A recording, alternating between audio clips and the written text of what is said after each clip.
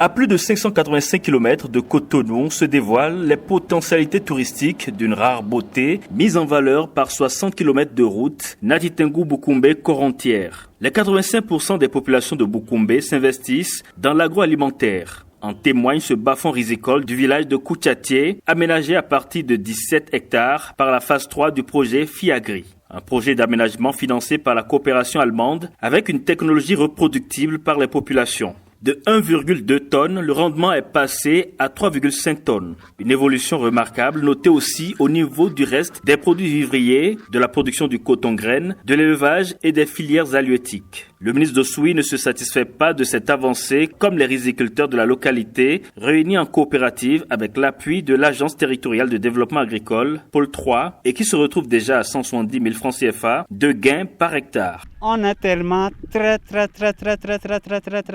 content. J'ai envie de dire très jusqu'au lendemain matin. Si nous faisons la comparaison par rapport au moment où le bas-fond n'était pas aménagé et par rapport tel que c'est aménagé, on a eu une amélioration très élevée. Là, on gagnait 2 sacs, on a eu jusqu'à 10, 9. Quand on vous donne, on demande encore. Si nous utilisons bien les agrotechniques qu'il faut, à savoir semis à bonne date, semis à bonne densité, traitement fumure et autres, et que nous réglons convenablement le niveau d'eau sur ces périmètres, le cultivar utilisé permet d'avoir 4 tonnes, 5 tonnes, 6 tonnes, 7 tonnes même.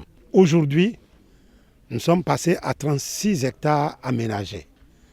Et il y a encore un potentiel de plus de 25 hectares à aménager. Tout en répondant à leur demande de venir nous accompagner et dire non, on a fait déjà à ce niveau, si ça vous plaît, continuez.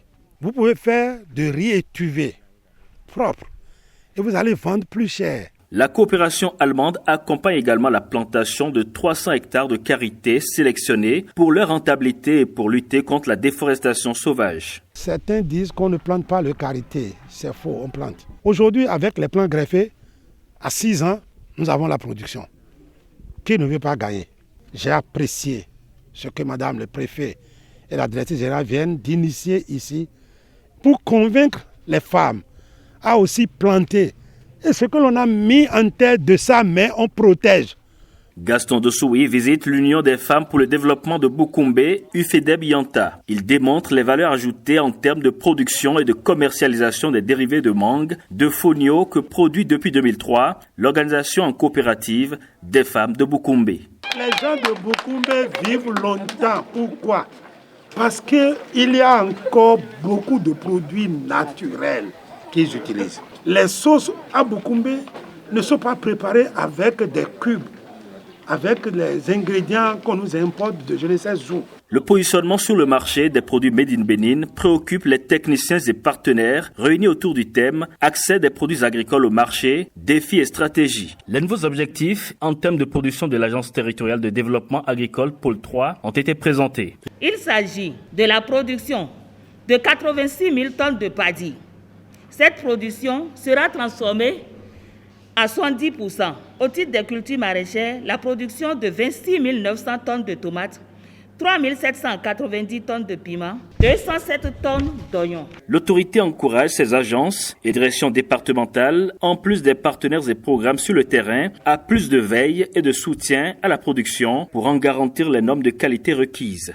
L'approche basée sur l'agriculture contractuelle en cours d'harmonisation améliore déjà significativement la mise en marché des produits comme le riz, le maïs, les produits maraîchers, même les huiles végétales par endroits au niveau de certaines communes, avec de meilleurs revenus pour les exploitations familiales.